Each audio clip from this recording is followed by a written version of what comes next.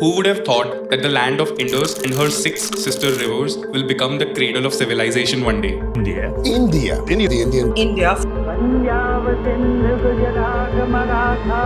Welcome to Punjabiyat, and today we are going to speak about 6 great kings of India.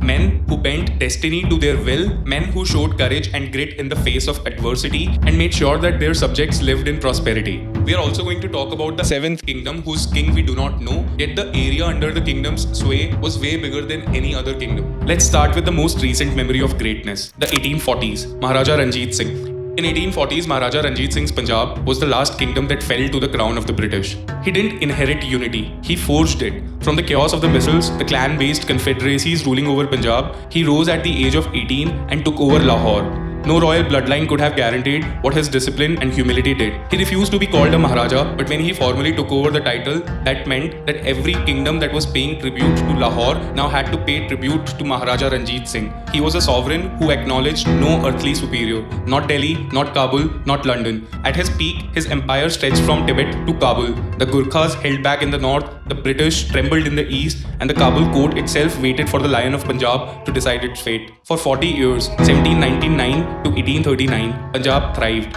Trade routes to Central Asia revived, farmers grew rich, soldiers became proud. The same land that had once seen invasions became a corridor of prosperity.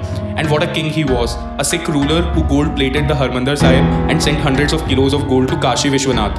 A true son of the soil, secular, spiritual, sovereign. In him, Punjab wasn't just a geography, it was an idea, courage and compassion, power and humility. Now let's go back a little and evaluate Akbar, the most debated, the most dissected, yet undeniably a pragmatic king. Most kings built monuments to their ego. Akbar built Fatehpur Sikri, a city of philosophy born from the blessing of a Sufi, Sheikh Salim Chishti. It was built after Akbar had a son, Jahangir, who would later undo much of his spiritual vision. But Akbar's rule, that was enormous. His empire stretched across nearly the whole subcontinent, third only to the Ashoka's kingdom 2000 years ago and the British India many centuries later.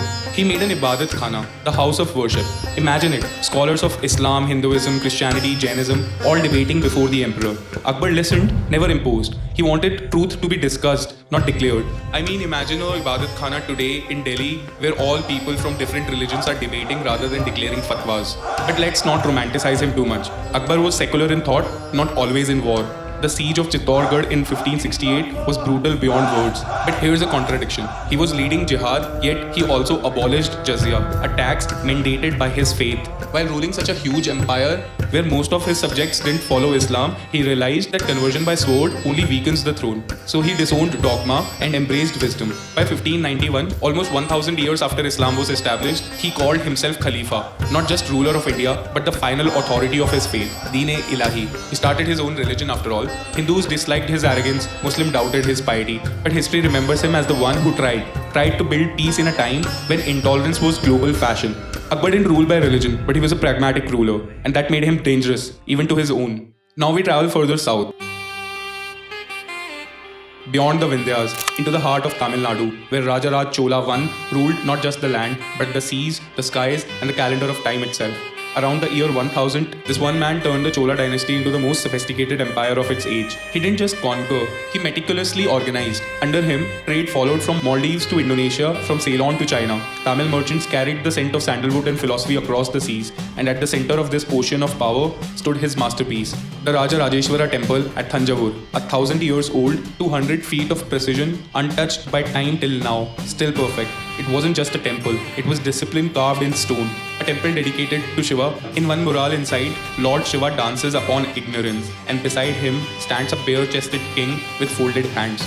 That's Raja himself, the first self-portrait of a king in Indian art, a ruler who offered himself to his god and his empire to posterity. Inscriptions on its walls are not prayers, they are public records. He made administration divine. Villages had elected councils, women served as record keepers, and transparency was literally etched in granite. Now let's see Chandragupta II. The time was 375 and India was not fighting for survival. She was creating science, literature, architecture, and herself. Under Chandragupta II, who is also known as Vikramaditya, India just didn't rule lands, she ruled imagination.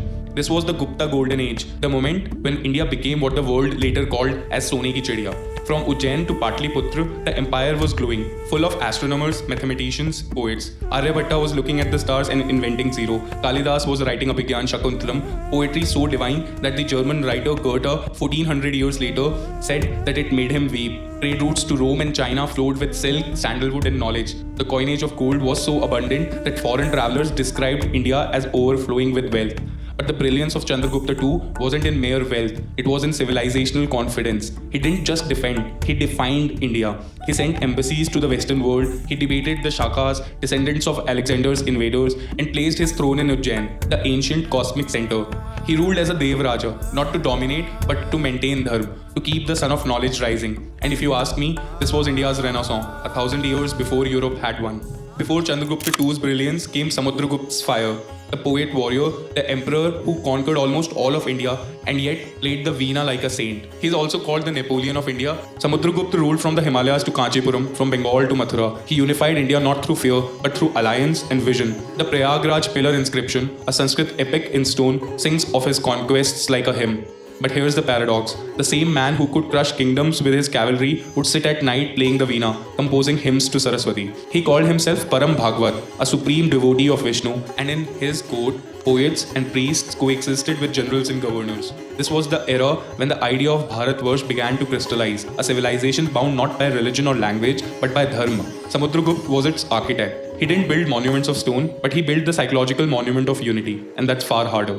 Let's go even further back, to the 3rd century before Christ, the time of Ashoka, perhaps the most complex man to ever rule this land. He began as a tyrant, ruthless. The war in Kalinga left lakhs of people dead, almost a genocide by today's standards. And yet, from that horror rose a man reborn. Ashoka turned inward, and what he found there changed the world. He renounced violence, embraced Buddhism, and became the first emperor in world history to build a state on morality, not on conquest. His edicts, carved across rocks from Kandahar to Mysore, read like divine memos to humanity. Conquer through dharma, not through sword. It wasn't pacifism, it was power mastered. He sent envoys to Egypt, Greece, and Sri Lanka. The Mauryan economy was the strongest in the ancient world. Iron, textiles, administration, highways, university. Ashoka turned India into an empire of conscience, and yet that conscience died with him. The empire fractured because dharma can guide a soul, but an empire needs succession. Still, when the world desperately needed a Christ, we already had an Ashoka. And now we go beyond history, into prehistory, into the Indus Valley civilization 5,000 years ago. And it is curious to know how economics play the most important role in the rise of empires. In the Stone Age, we actually never saw large empires. Everybody was building their weapons from stone. Then comes Bronze Age and the tin is discovered in Afghanistan. The success of kingdoms of Patliputra is directly related to the iron mines and coal mines near Jharkhand and the surrounding area. And before that, because we were living in Bronze Age, the production of tin played the most important role. And that's where the people of Indus Valley civilization won. Bronze is an alloy made by copper and tin, and Indus Valley civilization was the largest exporter of tin to the Egyptian and Mesopotamian civilizations of that time. We were also exporting lapis lazuli, the most precious stone of that time. We don't know a lot about the society of the Indus Valley civilization, but we do know that there was such central control that the scales and measurements and the roads and the city designs all were standardized. The society was far more equitable, and we see houses of similar size throughout. We don't know the name of the king, we don't know his face, but we know the greatness of its civilization. No city built after that thought so deeply about sanitation like that. Their script still remains undeciphered, maybe because it's not meant to be read, but at least we can remember it. Maybe that was India's true golden age, when the divine wasn't worshipped through idols, but lived through order, art and balance.